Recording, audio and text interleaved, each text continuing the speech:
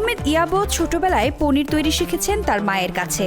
ঐতিহ্যবাহী এই পদ্ধতি ব্যবহার করে পনির তৈরিতে তার ৩৫ বছরেরও বেশি অভিজ্ঞতা। আহমেদ এখন ওই উত্তরাধিকার সূত্রে পাওয়া পদ্ধতিতেই পনির তৈরি করে পেট চালান।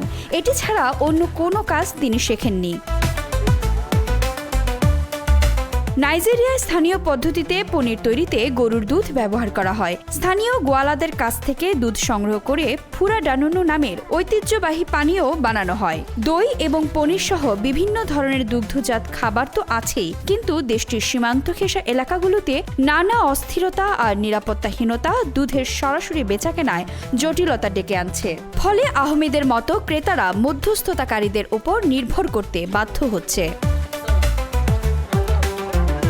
পনির তৈরির প্রক্রিয়াটিতে প্রথমে গরুর দুধ আগুনে জাল দেয়া হয়। সদম আপেল গাছের রস সেই জাল দেয়া দুধে মেশানো হয় ছানা তৈরির জন্য। এর প্রায় ৩০ মিনিট পর ছানা হয়ে গেলে তা পরের প্রক্রিয়ার জন্য তুলে নেওয়া হয়। নাইজেরিয়ার ইলোরিনের বাসিন্দা আহমেদের দাবি, দুধের সতেজতাই তার পনিরকে ক্রেতাদের কাছে জনপ্রিয় করে তোলে। সবাই এই পনির খায়, অনেকে এটি কিনতে তাকে আগাম টাকাও দিয়ে রাখে। দূরের পথ যারা পাড়ি দেয় তারাই মূলত এই খাবারটি সঙ্গে রাখে।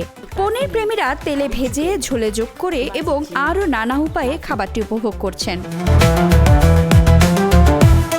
নিজের এলাকার বাইরেও আহমেদ এই পনির বিক্রয় করেন। তার নিজের এলাকাতেও খাবারটির চাহিদা আকাশ ছোঁয়া। ইলোরিনের বাসিন্দারা বলছেন, পনির তাদের দৈনন্দিন খাবারের একটি প্রধান উপাদান, কিন্তু নাইজেরিয়ার উয়োর মতো শহুরে এলাকায় আমদানি করা মোজরেলা পনির অনেকেরই প্রিয় হয়ে উঠেছে। বাণিজ্যিক রান্নাঘরে পনিরটির চাহিদা বেড়েছে।